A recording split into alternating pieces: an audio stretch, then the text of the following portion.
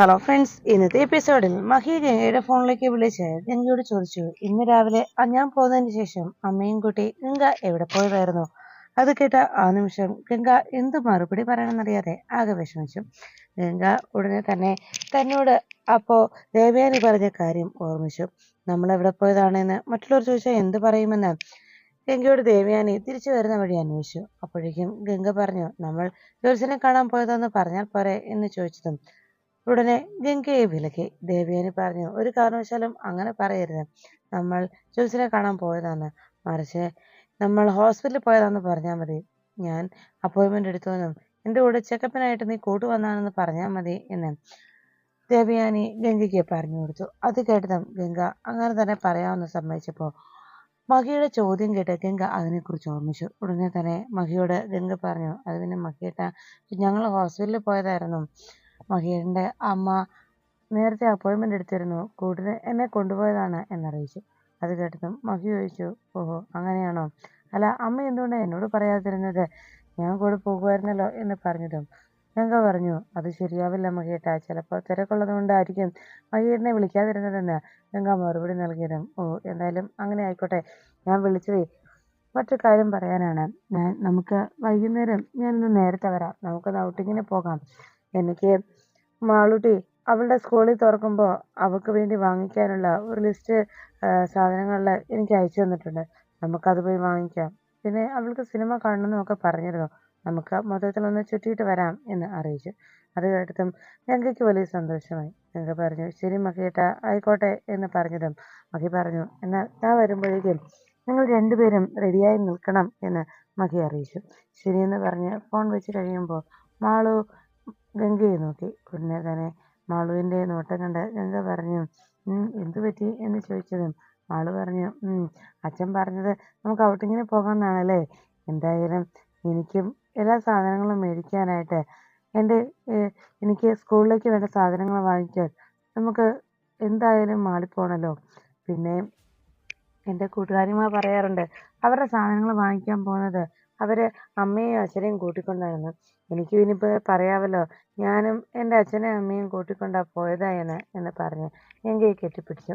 ഗംഗ മാളൂട്ടി എന്ന് പറഞ്ഞ് മകളെ ചേർത്തങ്ങനെ പിടിക്കുമ്പോൾ അതെല്ലാം കണ്ട് ഗൗരി മാറി നിന്നു. അപ്പോഴേക്കും മാളൂട്ടിയോട് ഗംഗ പറഞ്ഞു, എന്നാലേ ഞാൻ വേഗം പോയി ജോലിയെല്ലാം ചെയ്ത് തീർക്കട്ടെ, മാളൂട്ടി വേഗം റെഡിയാകാനായിട്ട് തയ്യാറായിക്കോ എന്നറിയിച്ചു. ശരി ഗംഗ എന്ന് പറഞ്ഞ് മാളു ഗംഗയെ പോകാൻ സമ്മതിച്ചു. ഗംഗ റൂമിൽ നിന്ന് ഇറങ്ങി പോകുമ്പോൾ പിന്നിൽ നിന്ന് മാളു ഉമ്മ എന്ന് പറഞ്ഞ് ഒരു ഫ്ലൈയിങ് കിസ് കൊടുത്തതിന് ശേഷം വേഗം അവിടുന്ന് തുള്ളിച്ചാടി പോകുമ്പോൾ ഈ കാഴ്ച കണ്ട് ഗൗരി പറഞ്ഞു, എൻ്റെ മോളുടെ മുഖത്ത് എന്നും ഈ സന്തോഷം ഉണ്ടാകണം ഭഗവാനെ എന്ന് ഗൗരി പ്രാർത്ഥിക്കുന്നു. അപ്പോഴാണ് ഹൈമവതിയും ദേവയാനിയും ശ്രീയും ചേർന്ന് അവരുടെ നീക്കം സക്സസ് ആയതിൻ്റെ സന്തോഷം പങ്കുവെച്ചത്. എന്തായാലും ഈ രീതിയിൽ ഗംഗയൊന്ന് ലോക്ക് ചെയ്യാൻ കഴിഞ്ഞത് എന്തുകൊണ്ടും നന്നായി നാത്തോനെ. ഇനി അവളെ എങ്ങനെയെങ്കിലും ഇവിടെ നിന്ന് പറഞ്ഞയച്ചേ തീരൂ എന്ന് പറഞ്ഞു. അത് കേട്ട ഉടനെ ശ്രേയ പറഞ്ഞു, നമ്മൾ കരുതുന്ന പോലെ അത്ര നിസ്സാരക്കാരിയല്ല ഗംഗ. ഏതെല്ലാം രീതിയിൽ അവളെ നമ്മൾ ഉപദ്രവിക്കാൻ നോക്കി, എന്തെല്ലാം ചെയ്തു, എന്നിട്ടിപ്പോ അവസാനം എന്താ സംഭവിച്ചത്? അതെല്ലാം കേട്ടതും ദേവയാനി പറഞ്ഞു, ശരിയാണ്, എന്തായാലും എടുത്തുചാടി തൽക്കാലം ഒന്നും ചെയ്യരുത്, എല്ലാം സാവകാശത്തോടെ വേണം കാര്യങ്ങൾ നടപ്പിലാക്കാൻ എന്ന് ദേവയാനി ഇരുവരോടുമായി അറിയിച്ചു. അപ്പോഴേക്കും ഹൈമവതി പറഞ്ഞു, എന്തായാലും നാത്തോനെ എത്രയും പെട്ടെന്ന് ആ പെണ്ണ് ഇവിടെ നിന്ന് ഇറക്കി വിട്ടതിന് ശേഷം എൻ്റെ മോള് ഇവിടെ മഹിയുടെ ഭാര്യയായി ജീവിക്കണം. അത് മാത്രമാണ് ഞങ്ങളുടെ ലക്ഷ്യം. അതല്ല, ഇനി ആ ഗംഗയും മഹി പഴയതുപോലെ ഗൗരിയെ സ്നേഹിച്ചതുപോലെ ആ ഗംഗയുടെ പിന്നാലെ മഹി നടക്കുന്നത് അതൊരിക്കലും ശരിയാവില്ല എന്ന് അറിയിച്ചു. അപ്പോഴേക്കും ശ്രേയ പറഞ്ഞു, എന്തായാലും ഇതിന്റെ എല്ലാത്തിനും പിന്നിൽ ആ ജാനകി മുത്തശ്ശി കൂടിയാണ് എന്ന് ഉറപ്പാണ്. അവരുടെ കൊച്ചുമകളെ ഈ വീട്ടിൽ കയറ്റുന്നതിന് വേണ്ടി അവർ മനഃപൂർവ്വം ചെയ്തതാണ് ഈ കളികളെല്ലാം. എന്തായാലും അവരുടെ ആ തന്ത്രങ്ങൾ ഫലിക്കുകയും ചെയ്തല്ലോ എന്ന് വിഷമത്തോടെ പറയുമ്പോൾ ശ്രേയ പറഞ്ഞു, ഇനി ആരെന്ത് ചെയ്താലും ഒരു കാര്യം ഉറപ്പാണ്, മഹിയേട്ടൻ ഗംഗയെ വിവാഹം കഴിച്ചു. എൻ്റെ ഏറ്റവും വലിയ സ്വപ്നമാണ് ഇല്ലാതാക്കിയത്.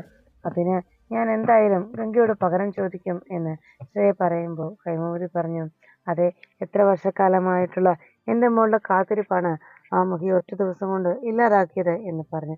എല്ലാം കേട്ടതിന് ശേഷം ഹൈമവതിയോട് ദേവയാനി അറിയിച്ചു, ഹൈമവതി എന്ത് വേണമെങ്കിലും ചെയ്യാം, പക്ഷേ അതെല്ലാം സൂക്ഷിച്ചു വേണം. അവസാനം അത് നമുക്ക് തിരിച്ചടിയായി മാറരുത്. മഹിക്ക് ഒരു കാരണവശാലും ഒന്നിനും ഒരു സംശയവും തോന്നരുത്. അങ്ങനെ വേണം കാര്യങ്ങൾ ചെയ്യുവാൻ എന്ന് അറിയിച്ചു. എല്ലാം കേട്ട് കഴിയുമ്പോഴേക്കും ഹൈമവതി അതെല്ലാം കേട്ടിട്ട് ദേവയാനിയോട് പറഞ്ഞു, ഹൈമവതി, എന്തായാലും ദേവയാനി, ഒരു കാര്യം ഞാൻ പറയാം. ഇപ്പോ ഈ നടന്ന സംഭവങ്ങൾക്കൊക്കെ കാരണക്കാരൻ മഹി ആയതുകൊണ്ട് തന്നെ മഹിയെ കൊണ്ട് തന്നെ ഇതിൽ നിന്ന് ഗംഗയെ പതിയെ പതിയെ മഹിയെയും ഗംഗയെയും അകറ്റണം.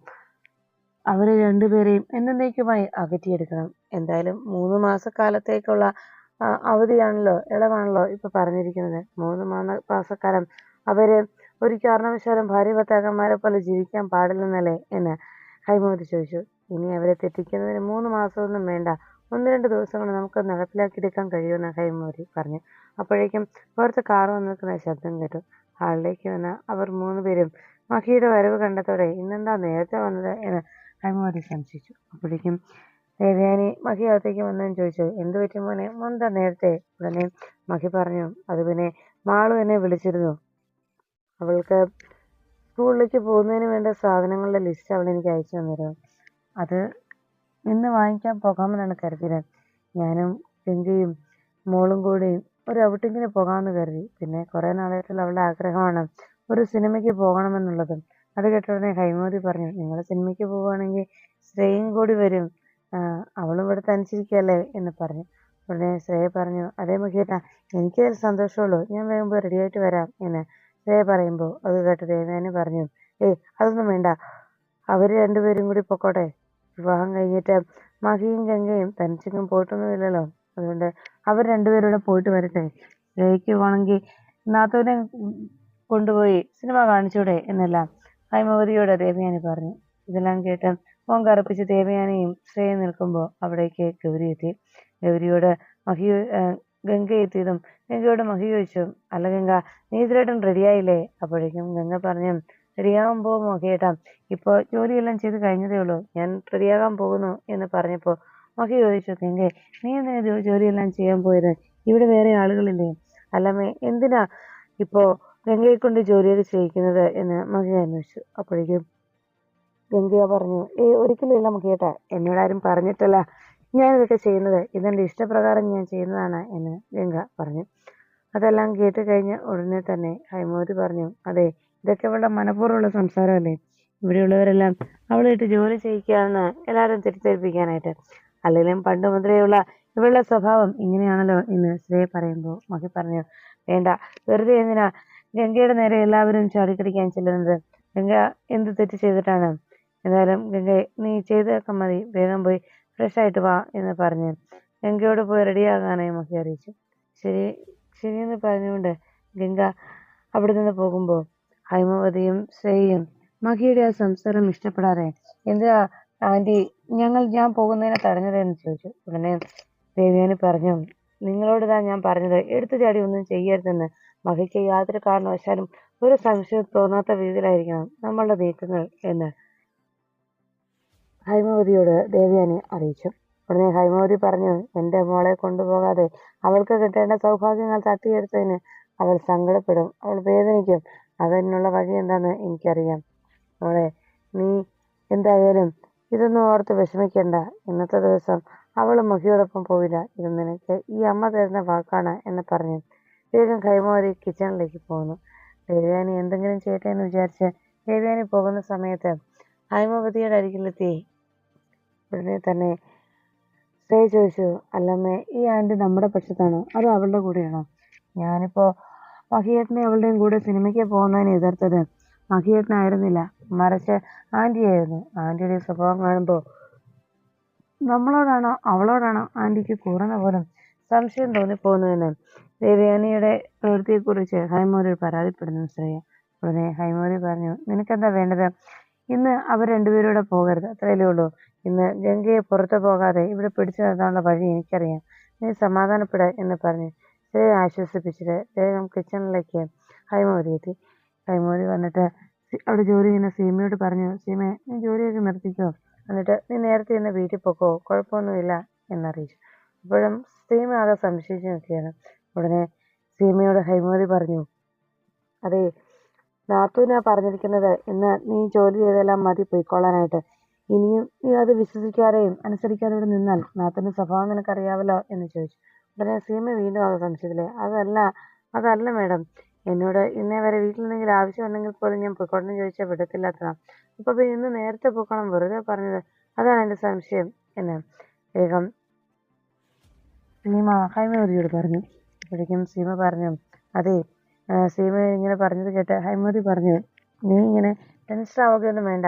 നീ വേഗം പോയിട്ട് ജോലിയെല്ലാം കഴിഞ്ഞ് വേഗം വീട്ടിൽ പോകാൻ നോക്ക്. ബാക്കിയുള്ള ജോലി ഇവിടെയുള്ളവരൊക്കെ ചെയ്തോളൂ. നീ വേഗം പോ സീമേ എന്ന് പറഞ്ഞു. ഇനി എന്നേക്ക് പോയി നിനക്ക് ഇവിടുത്തെ ജോലി നഷ്ടമാകാനാണോ എന്നല്ല സീമയോട് ഹൈമവതി അന്വേഷിച്ചു.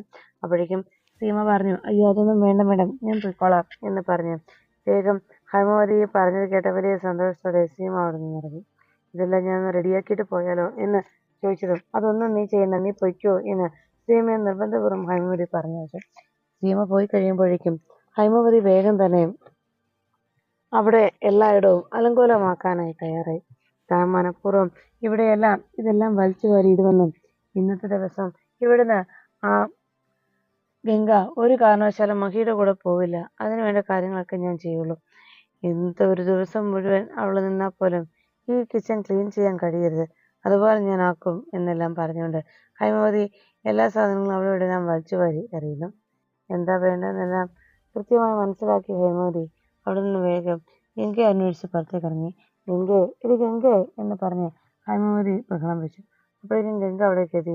ഇനി ചിലപ്പോൾ മഹി വന്നതുകൊണ്ട് അവൻ്റെ കൂടെ പോകാനുള്ള തയ്യാറെടുപ്പിലായിരിക്കും, അവൾ ഒരുങ്ങുമായിരിക്കും അല്ലേ എന്നെല്ലാം ആലോചിച്ചുകൊണ്ട് ഹൈമവതി അങ്ങ് നിൽക്കുമ്പോഴേക്കും അവിടേക്ക് ഗംഗ ഓടിയെത്തി. എന്താ മേഡം, എന്നെ വിളിച്ചോ എന്ന് വന്ന് ചോദിച്ചു. പിന്നെ ഹൈമവതി പറഞ്ഞു, അതെ, എന്നെ വിളിച്ചു. നിനക്ക് വിളിച്ചാലൊക്കെ വരാൻ ഭയങ്കര മടിയാലേ എന്ന് ചോദിച്ചതും ഹൈമവതിയോട് വേഗം ഗംഗ പറഞ്ഞു, അങ്ങനെയല്ല, ഞാൻ അവിടെ ഡ്രസ്സ് മാറാനായി പോയതായിരുന്നു. മഹിയേട്ടൻ വേഗം ഇറങ്ങണമെന്ന് പറഞ്ഞില്ലേ, അതുകൊണ്ട് എന്നറിയിച്ചു. ഉടനെ തന്നെ ഹൈമവതി പറഞ്ഞു, എന്നാലേ നീ ആ കിച്ചണിലേക്ക് ചെന്ന് നോക്കി, അവിടുത്തെ ജോലി തീർന്നിട്ടുണ്ടോ എന്ന്. ജോലിയൊക്കെ തീരാതെ അവിടെ എല്ലാം അലങ്കോലമായി കിടക്കണല്ലോ എന്ന് പറഞ്ഞതും ഗംഗ പറഞ്ഞു, അതൊക്കെ സീമേച്ചി ചെയ്തോളൂ എന്നാണല്ലോ പറഞ്ഞത്. ഉടനെ തന്നെ ഹൈമവതി പറഞ്ഞു, എന്നിട്ട് സീമ അവളെപ്പോഴേ വീട്ടിൽ പോയി, നീ എന്തായാലും കിച്ചണിലേക്ക് ചെന്ന് നോക്ക്, വേഗം അവിടെ എല്ലാം ക്ലീൻ ചെയ്തിട്ട് നീ മഹിയുടെ കൂടെ എങ്ങോട്ട് വേണേലും പൊക്കോ എന്നറിയിച്ചു. ശരി, ഞാൻ പോയി ക്ലീൻ ചെയ്തോളാം എന്ന് പറഞ്ഞ് ഗംഗ വേഗം കിച്ചണിലേക്ക് പോന്നു. അവിടെ ചെന്ന് നോക്കുമ്പോൾ കാണുന്ന കാഴ്ച കണ്ട് ഗംഗ ഞെട്ടി. ദൈവമേ, ഇതൊക്കെ ഞാൻ 2 മാസം നിന്നാൽ പോലും വൃത്തിയാക്കാൻ കഴിയില്ലല്ലോ എന്നാലോചിച്ച് ഗംഗ ടെൻഷൻ അടിച്ചു. അങ്ങനെ ആശങ്കപ്പെട്ട് ഗംഗ ഇങ്ങനെ നിൽക്കുമ്പോഴേക്കും ഉടനെ ഗംഗ മഹിയുടെയും മാളുവിനെയും കൂടെ പോകാതിരിക്കാനുള്ള അവരുടെ എല്ലാവരുടെയും തന്ത്രമായിരുന്നെന്ന് ഗൗരി മനസ്സിലാക്കി. അപ്പോഴാണ് കിച്ചണിലേക്ക് ഗംഗയെ കാണാഞ്ഞിട്ട് മാളോട് അന്വേഷിച്ചത്. അല്ല ഗംഗ ഇതിലിട്ട് ഒരുങ്ങിയില്ലേ, ഞാനും ഒരിക്കലും ഗംഗയുടെ വരവും കാത്തു നിൽക്കുകയാണല്ലോ, ഗംഗ വേഗം റെഡിയായിട്ട് വാ എന്ന് പറഞ്ഞതും ഗംഗ പറഞ്ഞു, അയ്യോ മോളെ, അങ്ങനെ അങ്ങ് വരാൻ പറ്റുമോ, ഇത് കണ്ടില്ലേ, ഇതെല്ലാം ഒന്ന് വൃത്തിയാക്കട്ടെ, ഞാൻ ഇപ്പൊ എത്താം, മോള് അച്ഛൻ്റെ അടുത്ത് പോയി നല്ല മിടുക്കി കുട്ടിയായി നിൽക്കുക എന്നറിയിച്ചു. ഉടനെ മാള് പറഞ്ഞു, ഈ ഗംഗയുടെ കാര്യം ഇങ്ങനെയാ, എന്താ ഗംഗയ്ക്ക് ഞങ്ങളോട് വരാൻ ഇഷ്ടമില്ല ഗംഗയെ എന്നൊക്കെ ചോദിച്ചതും ഗംഗ പറഞ്ഞു, ഇഷ്ടമില്ലെന്നോ, എൻ്റെ മാളൂട്ടിയുടെ കൂടെ പറയാൻ എനിക്ക് ഇഷ്ടമില്ലാതെ വരുമോ, ഞാനിതെല്ലാം ഒന്ന് വൃത്തിയാക്കിക്കോട്ടെ മോളെ എന്നറിയിച്ചു. അങ്ങനെ ഗംഗ അവിടെ എല്ലാം വൃത്തിയാക്കുന്നത് കണ്ടുകൊണ്ട് അവിടെ ഗൗരി എത്തി. നിന്നെയും മഹിയേട്ടനെയും പോകാൻ അനുവദിക്കാതിരിക്കാനുള്ള കെണിയാണ് ഇവരൊരുക്കിയിരിക്കുന്നത്, ഇതിനെ എങ്ങനെ തരണം ചെയ്യണമെന്ന് എനിക്കറിയാം എന്ന് മനസ്സിൽ ഉറപ്പിച്ചുകൊണ്ട് ഗൗരി വേഗം സീമയുടെ വേഷത്തിൽ അവിടേക്ക് എത്തി. ഇതെന്താ മോള് ചെയ്തുകൊണ്ടിരിക്കുന്നത് എന്ന് സീമ വന്ന് ചോദിച്ചതും ഉടനെ ഗംഗ പറഞ്ഞു, അയ്യോ, അതിന് സീമേച്ചി പോയില്ലായിരുന്നോ, സീമേച്ചി പോയെന്ന് ഓർത്താ ഞാൻ അതെല്ലാം ക്ലീൻ ചെയ്തതെന്ന് പറഞ്ഞതും ഉടനെ സീമ പറഞ്ഞു, അതെ ഗംഗയ്ക്ക് മഹിസാറിൻ്റെ കൂടെ പുറത്ത് പോകണ്ടേ, വേഗം പോയി റെഡിയാകും, ഇതെല്ലാം ഞാൻ ക്ലീൻ ചെയ്തോളാം എന്നറിയിച്ചു. അത് കേട്ടതും താങ്ക് യു ചേച്ചി എന്ന് പറഞ്ഞു വേഗം തന്നെ അവിടെ നിന്ന് ഗംഗ പോകുന്നു. ഈ സമയത്ത് പെട്ടെന്ന് അവിടെ എല്ലാം അലങ്കോലമായി കിടന്ന ആ വാഷ്റൂം മുഴുവൻ ഒന്നുകൂടി നോക്കുന്നു ഗംഗ അവിടെ നിന്ന് പോയി കഴിയുമ്പോഴേക്കും സീമ അവസാനം അതെല്ലാം കൂടി എല്ലാ സാധനങ്ങളും വലിച്ചു വാരിയിട്ട ഹൈമവതിയുടെ മുട്ട പണി കൊടുക്കാനും ഗൗരി മനസ്സിൽ ഉറപ്പിക്കുകയും അതോടൊപ്പം സീമയുടെ വേഷത്തിൽ വന്ന ഗൗരി കിച്ചണെല്ലാം വളരെ നീറ്റായി